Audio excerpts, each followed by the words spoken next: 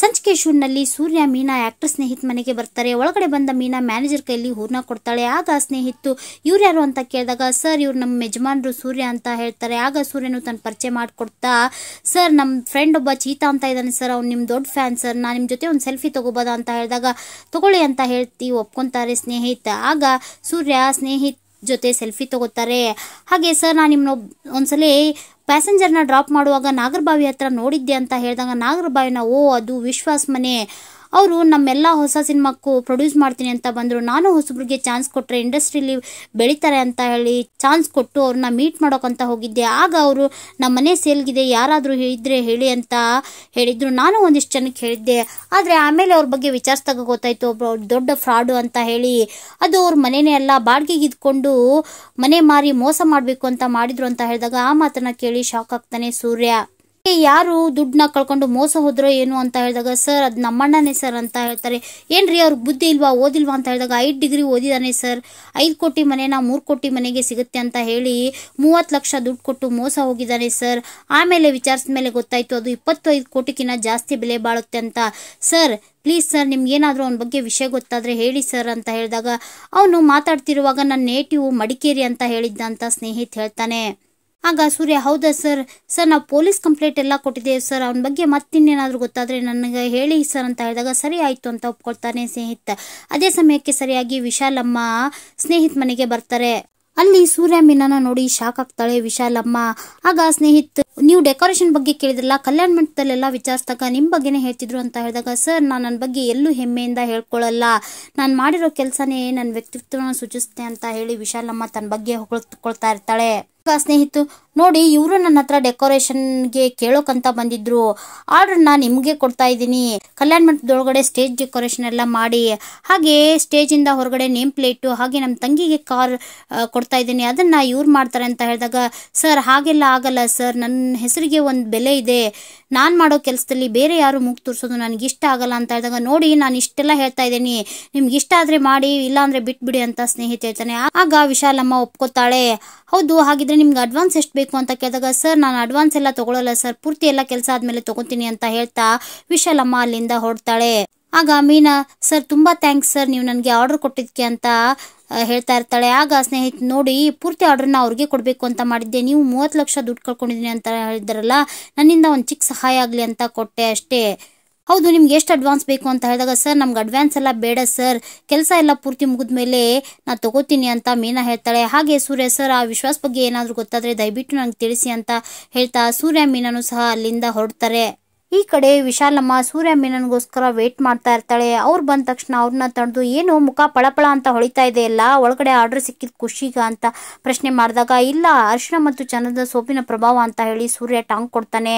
ವಿಶಾಲಮ್ಮ ಇಷ್ಟು ದಿವಸ ನನಗೆ ಯಾರು ಕಾಂಪಿಟೇಷನ್ ಅಂತ ಇರ್ತಿದ್ದಿಲ್ಲ, ಈಗ ನೀ ಹುಟ್ಕೊಂಡಿದ್ಯಾ, ಈ ಮೊಳಕೆ ಮಣ್ಣಲ್ಲೇ ಇರುತ್ತಾ ಅಥವಾ ಮಣ್ಣಲ್ಲೇ ಮಣ್ಣಾಗಿ ಹೋಗುತ್ತಾ ಅಂತ ಹೇಳಿ ನೋಡೋಣ ಅಂತ ಹೇಳಿದಾಗ ಇದು ಮೊಳಕೆನೆ ಮಣ್ಣಮ್ಮ, ಮಣ್ಣಲ್ಲಿ ಮಣ್ಣಾಗಿ ಹೋಗಲ್ಲ, ಇದು ಚಿಗುರೊಡೋದು ಬೆಳೆಯುತ್ತೆ, ಹಾಗೆ ಹತ್ರಕ್ಕೆ ಬಂದವ್ರಿಗೆ ಚೂಟ್ ಬಿಸಾಕತ್ತೆ ಅಂತ ಹೇಳಿ ಸೂರ್ಯ ಟಂಗ್ ಕೊಡ್ತಾನೆ. ಆಗ ವಿಶಾಲಮ್ಮ ಇವ್ರು ಯಾರು ಅಂತ ಕೇಳಿದಾಗ ಅದೇ ನೀವು ಹೇಳಿದ್ರಲ್ಲ ನಿಮ್ಮ ಹಿಂದೆ ಇದಾರಲ್ಲ ಅವರು ಸೈನಿಕರು, ನನ್ನ ಜೊತೆ ಇದಾರಲ್ಲ ಸಾರ್ವಭೌಮ ಅಂತ ಹೇಳಿ ಸೂರ್ಯನ ಬಗ್ಗೆ ಕೊಚ್ಕೊತಾಳೆ ಮೀನಾ. ಆಗ ವಿಶಾಲಮ್ಮ ಸಾರ್ವಭೌಮನ ಸಾರ್ವೆ ಕಡ್ಡಿ ಇದ್ದಂಗಿದ್ದಾನೆ ಅಂತ ಹೇಳಿ ಸೂರ್ಯನ್ಗೆ ಬೈತಾ ಇರ್ತಾಳೆ. ಸಾರ್ವೆ ಕಡ್ಡಿ ಅಲ್ಲ 1000 ಕಡ್ಡಿ, ನನ್ನ ಮುಟ್ ನೋಡು ಗೊತ್ತಾಗುತ್ತೆ ಅಂತ ಹೇಳ್ತಾ ಸೂರ್ಯ ಮೀನಾನ ಕರ್ಕೊಂಡು ಅಲ್ಲಿಂದ ಹೊರಡ್ತಾನೆ. ಆಗ ಕೋಪದಿಂದ ವಿಶಾಲಮ್ಮ ಈ 1000 ಕಡ್ಡಿನ ಹೇಗೆ ಮುರಿದು ನನ್ನ ಬ್ಯಾಗ್ ಒಳಗೆ ಹಾಕೊಳೋದು ಗೊತ್ತು ಅಂತ ಹೇಳಿ ಮಾತಾಡ್ತಾ ತನ್ನ ಹುಡ್ರನ್ ಕರ್ಕೊಂಡು ಅಲ್ಲಿಂದ ಹೊರಡ್ತಾಳೆ. ಶಾಂತಿ ನೀವು ಮಾತ್ರ ಹೊರಗಡೆ ರಸ್ಮಲಾಯಿ, ಚೋಲೆ ಭಟೂರ, ಪಾನಿಪುರಿ, ಚಮ್ ಕಾಫಿ ಕುಡ್ಕೊಂಡ್ ಬನ್ನಿ, ನಮಗ್ ಮಾತ್ರ ಇಲ್ಲಿ ಮನೆಯಲ್ಲಿ ಬೆಂಡೆಕಾಯಿ ಹುಳಿ ಪಲ್ಯನಾ ಅಂತ ಹೇಳಿ ಬೈತಾ ಇರ್ತಾಳೆ. ಆಗ ಸೂರ್ಯ ಉರ್ಕೊಂಡ್ರ ನೀವ್ ಎಷ್ಟರ ಮಟ್ಟಿಗೆ ಉರ್ಕೊಂತೀರಾ ಅಂತ ನೋಡೋಕೆ ನಾವ್ ಈ ರೀತಿ ಸುಳ್ಳು ಹೇಳಿದ್ದು, ಅಪ್ಪ ಪೆಂಗನ್ ಮೋಸ ಮಾಡಿದ್ ಯಾರು ಅಂತ ಹುಡ್ಕೋ ಕೇಳಿದ್ರಲ್ಲ ಆ ಕೆಲ್ಸದ ಮೇಲೆ ಹೊರಗಡೆ ಹೋಗಿದ್ವಿ ಅಂತ ಹೇಳ್ತಾ ಇರ್ತಾನೆ. ಆಗ ರಂಗನಾಥ್ ಅವರು ಏನಾದ್ರೂ ಸುಳಿವು ಸಿಕ್ತೇನಪ್ಪ ಅಂತ ಕೇಳಿದಾಗ ಇಲ್ಲಪ್ಪ ಇನ್ನೂ ಹುಡುಕ್ತಾ ಇದ್ದೇವೆ, ಯಾರನ್ನೇ ವಿಚಾರಿಸಿದ್ರು ಆ ಮುಸುಡಿದೊಂದು ಫೋಟೋ ಕೊಡಿ ಅಂತ ಹೇಳ್ತಾರೆ, ಆದ್ರೆ ಫೋಟೋಗೋಸ್ಕರ ಏನ್ ಮಾಡ್ಬೇಕು ಅಂತಾನೆ ಗೊತ್ತಾಗ್ತಿಲ್ಲ ಅಂತ ಸೂರ್ಯ ಹೇಳಿದಾಗ ಮೀನಾ ರೀ ಆ ಫೋಟೋನ ಹುಡ್ಕೋಕೆ ನನ್ನ ಹತ್ರ ಒಂದು ಐಡಿಯಾ ಇದೆ, ಇವ್ರು ದುಡ್ಡು ಕೊಟ್ಟಿದ್ದು ನಮ್ ದೇವಸ್ಥಾನದಲ್ಲೇ ಅಲ್ವಾ, ಅದ್ರ CCTV ಫುಟೇಜ್ ನ ಓಪನ್ ಮಾಡಿ ನೋಡಿದ್ರೆ ಫೋಟೋ ಗೊತ್ತಾಗುತ್ತೆ ಅಂತ ಹೇಳಿದಾಗ ಒಳ್ಳೆ ಐಡಿಯಾ ಕಣೆ ಅಂತ ಸೂರ್ಯ ಹೊಗಳ್ತಾ ಇರ್ತಾನೆ. ಹಾಗೆ ಅಷ್ಟೇ ಅಲ್ಲಪ್ಪ, ಅದು ಆಕ್ಟರ್ ಸ್ನೇಹಿತ ಸಿಕ್ಕಿದ್ದ, ಅವ್ನು ಹೇಳೋ ಪ್ರಕಾರ ವಿಶ್ವಾಸದ್ರೋಹಿ ವಿಶ್ವಾಸ ಇರೋದು ಮಡಿಕೇರಿಲೆ ಅಂತ ಹೇಳಿದಾಗ ಮನೋಜ ನಡಿಯೋ ಹೋಗೋಣ ನಡಿಯೋ ಮಡಿಕೇರಿಗೆ ಅಂತ ಹೇಳಿ ಸೂರ್ಯನ ಹತ್ರ ಬರ್ತಾನೆ. ಆಗ ಸೂರ್ಯ ಇರೋ ಮಡಿಕೇರಿ ಕೆಂಗೇರಿ ಪಕ್ಕದಲ್ಲ ಇದೆಯಾ, ಮಡಿಕೇರಿಯಲ್ಲಿ ಅವನೆಲ್ಲಿದ್ದಾನೆ ಏನು ಅಂತ ಏನು ಗೊತ್ತಿಲ್ಲ ಇರೋ ಅಂತ ಹೇಳಿ ಮನೋಜನ್ಗೆ ಬೈತಾ ಇರ್ತಾನೆ. ಆಗ ರೋಹಿಣಿ ಇವರು ಯಾವ ವಿಷಯನೂ ತಿಳ್ಕೊಬೇಕಾಗಿಲ್ಲ, ನಾನೇ ಹುಡುಕ್ತೀನಿ ಅಂತ ಹೇಳಿದಾಗ ಶಾಂತಿ ಕೋಪದಿಂದ ಮೇಲೆದ್ದು ಮತ್ತೇನೆ ಗುಂಗುರಿ ನಿಂದು ಅಂತ ರೋಹಿಣಿಗೆ ಬೈತಾ ಇರ್ತಾಳೆ. ಅಲ್ಲ ಅತ್ತೆ, ಅವ್ರನ್ನ ಹುಡುಕಿ ಇವ್ರಿಗೆ ಸಿಕ್ಕು ದುಡ್ಡೆಲ್ಲ ಕೊಟ್ಮೇಲೆ ಜೀವನ ಪೂರ್ತಿ ಇವ್ರು ನಮ್ಮನ್ನ ಹಂಗಿಸ್ತಾರೆ, ಅದೆಲ್ಲ ಬೇಕಾಗಿಲ್ಲ, ನಾನೇ ಹುಡುಕ್ತೀನಿ ಅಂತ ಹೇಳ್ತಾಳೆ. ಆಗ ಶಾಂತಿ ನಿಮ್ಮ ಮಗನ್ಗೆ ಹೇಳ್ಬಿಡಿ, ಇವ್ರೇನು ಹುಡ್ಕೋದ್ ಬೇಡ, ನನ್ನ ಸೊಸೆನೇ ಹುಡುಕ್ತಾಳೆ ಅಂತ ಹೇಳ್ತಾಳೆ. ಹಾಗೆ ನೋಡ್ ಗುಂಗುರಿ, ಅದರಲ್ಲಿ ₹1 ನೀನು ತಗೊಳೋ ಹಾಗಿಲ್ಲ, ಎಲ್ಲ ದುಡ್ಡನ್ನು ಡೈನಿಂಗ್ ಟೇಬಲ್ ಮೇಲೆ ತಂದಿಟ್ಟು ಕೈ ಮುಗಿಬೇಕು ಅಷ್ಟೇ, ಇಲ್ಲ ಅಂದ್ರೆ ನೀನು ಗ್ರಹಚಾರ ಬಿಡಿಸ್ಬಿಡ್ತೀನಿ ಅಂತ ಹೇಳಿ ರೋಹಿಣಿಗೆ ಬೈತಾ ಇರ್ತಾಳೆ.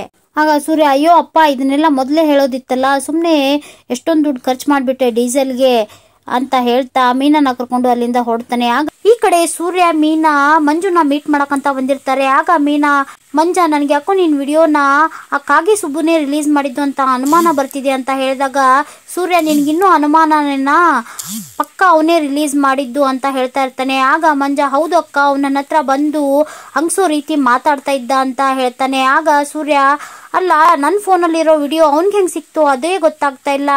ಮಂಜ ನೀವೊಂದು ಕೆಲಸ ಮಾಡು, ನಿನ್ಗೆ ಆ ಕಾಗೆ ಸುಬ್ಬನ್ ಹುಡ್ರು ಯಾರಾದರೂ ಪರಿಚಯ ಇದ್ದಾರಾ, ಕಾಂಟ್ಯಾಕ್ಟ್ ಅಲ್ಲಿ ಇದ್ದಾರಾ ಅಂತ ಕೇಳಿದಾಗ ಹ್ಞೂ ಅಂತ ಹೇಳ್ತಾನೆ ಮಂಜು. ಆಗ ಮೀನಾಗೆ ಕೋಪ ಬಂದು ನೀನು ಇನ್ನೂ ಕಾಂಟ್ಯಾಕ್ಟ್ ಅಲ್ಲಿ ಇಟ್ಕೊಂಡಿದ್ಯಾ ಅಂತ ಹೇಳಿ ಬೈತಾ ಇರ್ತಾಳೆ. ಆಗ ಮಂಜ ಅದನ್ನ ಇಲ್ಲ ಅಕ್ಕ, ನನಗೆ ಗೊತ್ತಿರೋರು ಅವ್ರಿಗೆ ಗೊತ್ತಿದ್ದಾರೆ ಅಷ್ಟೇ, ನಾನು ಆಗಾಗ ಸಿಕ್ಕಾಗ ಮಾತಾಡ್ತಿರ್ತೀನಿ ಅಷ್ಟೇ ಅಂತ ಹೇಳ್ತಾನೆ. ಆಗ ಸೂರ್ಯ ಮಂಜ ಬದಲಾಗಿದ್ದಾನ ಕಣೆ, ಅವನ ಮೇಲೆ ನಂಬಿಕೆ ಇಡಬೇಕು, ನನಗಂತೂ ಅವನ ಮೇಲೆ ನಂಬಿಕೆ ಇದೆ. ನೋಡ್ ಮಂಜು, ನೀನೊಂದು ಕೆಲಸ ಮಾಡು, ಅವ್ರ ಹತ್ರ ನೈಸ್ ಆಗಿ ಮಾತಾಡಿ ಕಾಗೆ ಸುಬ್ಬುನ ವಿಡಿಯೋ ರಿಲೀಸ್ ಮಾಡಿದ್ದು ಅಂತ ಹೇಳಿ ತಿಳ್ಕೊ ಅಂತ ಹೇಳಿದಾಗ ಸರಿ ಬಾವ, ನಾನು ಮಾತಾಡಿ ವಿಷಯ ನಿಮ್ಗೆ ಹೇಳ್ತೀನಿ ಅಂತ ಹೇಳ್ತಾ ಮಂಜು ಅಲ್ಲಿಂದ ಹೊರಡ್ತಾನೆ. ಈ ಕಡೆ ಪೂಜಾನ ಭೇಟಿಯಾಗೋಕಂತ ಹೇಳಿ ಪೂಜಾ ಮನೆಗೆ ಬರ್ತಾಳೆ ರೋಹಿಣಿ. ಆಗ ಪೂಜಾ ಅಲ್ಲ ಕಣೆ, 30 ಲಕ್ಷ ಎತ್ಕೊಂಡು ಹೋದ್ನಲ್ಲ ಫ್ರಾಡು, ಅವನ ಬಗ್ಗೆ ಏನಾದ್ರೂ ಗೊತ್ತಾಯ್ತಾ ಅಂತ ಹೇಳಿದಾಗ ಇಲ್ಲ ಕಣೆ, ಆದ್ರೆ ಅವನ್ನ ಕಂಡುಹಿಡಿಯೋಕೆ ಒಂದು ದಾರಿ ಸಿಕ್ಕಿದೆ. ನಾವು ಅವತ್ತು ಅಡ್ವಾನ್ಸ್ ಅಮೌಂಟ್ 5 ಲಕ್ಷ ಕೊಟ್ಟವಲ್ಲ, ಅದನ್ನ ಕೊಟ್ಟಿದ್ದು ಆ ಮೀನಾ ಹೂ ಕಟ್ತಾಳಲ್ಲ ಅದೇ ದೇವಸ್ಥಾನದಲ್ಲಿ. ಆ ದೇವಸ್ಥಾನದಲ್ಲಿರೋ CCTV ಫುಟೇಜ್ನ ಓಪನ್ ಮಾಡಿ ನೋಡಿದ್ರೆ ಅದರಲ್ಲಿ ಅವ್ನ ಮುಖ ಕಾಣಿಸುತ್ತೆ, ಅವನ್ನ ಬೇಗ ಕಂಡು ಹಿಡಿಬಹುದು, ಕೆಲಸ ಬೇಗ ಆಗುತ್ತೆ ಅಂತ ಹೇಳಿದಾಗ ಒಳ್ಳೆ ಐಡಿಯಾ ಕಣೆ, ಈ ಐಡಿಯಾ ನಿನ್ಗೆ ಯಾರು ಕೊಟ್ರು ಅಂತ ಪೂಜಾ ಕೇಳಿದಾಗ ಇದಾಳಲ್ಲ ಆ ಮೀನಾ ಅಂತ ಹೇಳ್ತಿರ್ತಾಳೆ. ಹಾಗೆ ನಮ್ಮ ಮಾವ ಆ ಫ್ರಾಡ್ ವಿಶ್ವಾಸನ ಹಿಡಿಯೋ ಕೆಲಸನ ಸೂರ್ಯನ್ಗೆ ಒಪ್ಸಿದ್ದಾರೆ, ಅದಕ್ಕೆ ನಾನು ಅದನ್ನೆಲ್ಲ ಬೇಡ ಅಂತ ಹೇಳಿದೆ ಅಂತ ಹೇಳಿದಾಗ ಏನೇ ನೀನು, ಆ ಸೂರ್ಯ ಮೀನಾ 4 ಕಡೆ ಓಡಾಡ್ತಾರೆ, ಅವ್ರ ಕೈಗೆ ಸಿಗೋ ಚಾನ್ಸಸ್ ಜಾಸ್ತಿ, ಯಾಕೆ ಈ ರೀತಿ ಮಾಡಿದೆ ಅಂತ ಹೇಳಿದಾಗ ಬೇಡ ಕಣೆ, ಲೇಟ್ ಆದ್ರೂ ಪರವಾಗಿಲ್ಲ, ಅವನು ಸೂರ್ಯನ ಕೈಗೆ ಮಾತ್ರ ಸಿಗ್ಬಾರ್ದು, ಒಂದ್ ವೇಳೆ ಏನಾದ್ರೂ ಸಿಕ್ಬಿಟ್ರೆ ಜೀವನ ಪೂರ್ತಿ ಆ ದುಡ್ಡು ಸಿಕ್ಕಿದ್ದು ನಮ್ಮಿಂದನೇ ಅಂತ ಹಂಗಿಸ್ತಾನೆ ಇರ್ತಾನೆ, ಅದಕ್ಕೆ ಲೇಟ್ ಆದ್ರೂ ಪರವಾಗಿಲ್ಲ, ಫ್ರಾಡ್ ನ ಹುಡ್ಕೋ ಕೆಲ್ಸನ ನಾನೇ ಮಾಡ್ತೀನಿ ಅಂತ ರೋಹಿಣಿ ಹೇಳ್ತಾ ಇರ್ತಾಳೆ.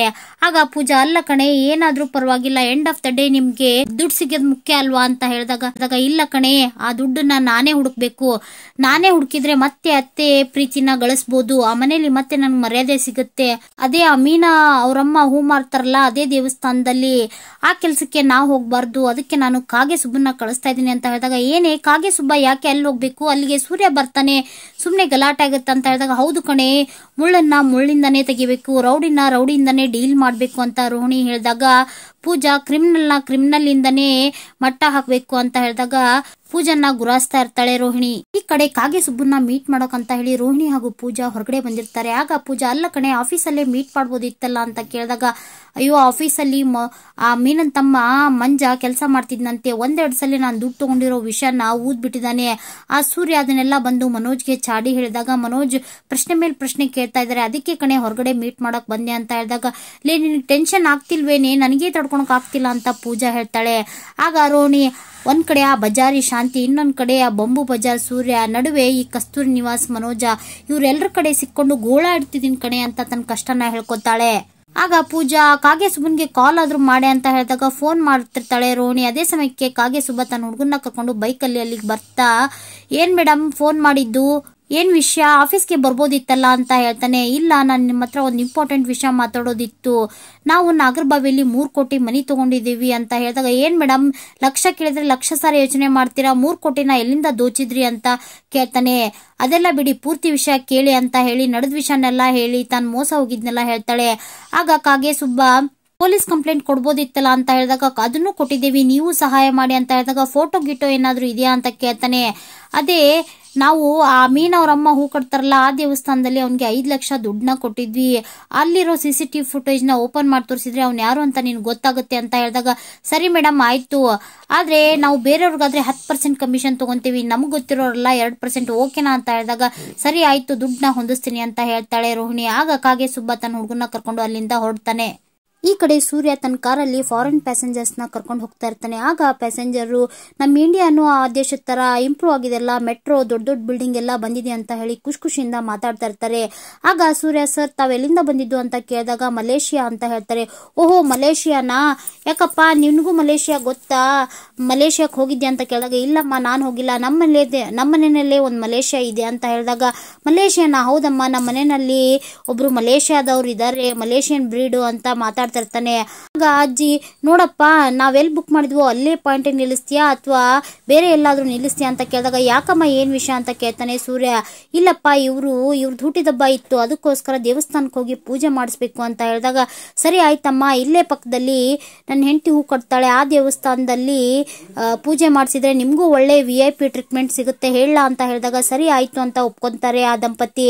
ಆಗ ಸೂರ್ಯ ಮೀನಾಗೆ ಕಾಲ್ ಮಾಡಿ ಈ ರೀತಿ ನನ್ನ ಕಾರಲ್ಲಿ ಫಾರಿನ್ ಪ್ಯಾಸೆಂಜರ್ಸ್ ಬಂದಿದ್ದಾರೆ, ಈ ರೀತಿ ಪೂಜೆ ಮಾಡಿಸ್ಬೇಕು ಅಂತ ಹೇಳಿದಾಗ ಸರಿ ಆಯ್ತು ರೀ ನಾನು ಪೂಜೆಗೆಲ್ಲ ರೆಡಿ ಮಾಡಿಸ್ತೀನಿ ಅಂತ ಹೇಳಿ ಮೀನಾ ದೇವಸ್ಥಾನದ ಒಳಗಡೆ ಹೋಗ್ತಾಳೆ. ಈ ಕಡೆ ಮಂಜ ಕಾಲೇಜ್ ಹೋಗುವಾಗ ಕೀನಾ ಕುಸುಮ ಕೈ ಕೊಡೋಕಂತ ಹೇಳಿ ಅಲ್ಲಿಗೆ ಬರ್ತಾನೆ. ಆಗ ಅದೇ ಸಮಯಕ್ಕೆ ಸರಿಯಾಗಿ ಕಾಗೆ ಸುಬ್ಬ ತನ್ನ ಹುಡುಗನ್ನ ಕರ್ಕೊಂಡು ದೇವಸ್ಥಾನಕ್ಕೆ ಬರ್ತಾನೆ.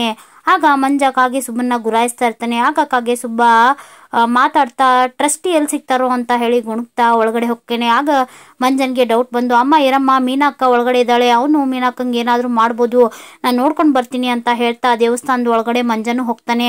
ಈ ಕಡೆ ಕಾಗೆ ಸುಬ್ಬ ದೇವಸ್ಥಾನ ಟ್ರಸ್ಟಿ ಹತ್ತ ಬಂದು ನೋಡಿ ಸರ್ ಈ ತಿಂಗಳು 24ರಂದು ಒಂದು ಘಟನೆ ನಡೆದಿದೆ, ಒಂದು ಫ್ರಾಡ್ ಆಗಿದೆ, ಕೇಸ್ ಆಗಿದೆ, ಅದಕ್ಕೋಸ್ಕರ ನಮಗೆ CCTV ಫುಟೇಜ್ ಬೇಕು ಅಂತ ಹೇಳಿ ಕೇಳಿದಾಗ ಆ ದೇವಸ್ಥಾನದವರು ನೋಡಪ್ಪ ಹಾಗೆಲ್ಲ ಕೊಡೋಕ್ಕಾಗಲ್ಲ, ಅದಕ್ಕಂತ ರೂಲ್ಸ್ ಇದೆ, ಕಾನೂನಿದೆ, ಪೊಲೀಸರು ಬಂದು ಕೇಳಿದ್ರೆ ಅಷ್ಟೇ ಕೊಡೋದು, ಆ ಮೀನನ್ನು ಇದಕ್ಕೋಸ್ಕರನೇ ಬಂದು ಕೇಳ್ತಾ ಇದ್ಲು, ನಾನು ಕೊಟ್ಟಿಲ್ಲ, ಯಾರೇ ಬಂದು ಕೇಳಿದ್ರು ನಾನು ಕೊಡಲ್ಲ ಅಂತ ಹೇಳಿ ವಾದಿಸ್ತಿರ್ತಾನೆ.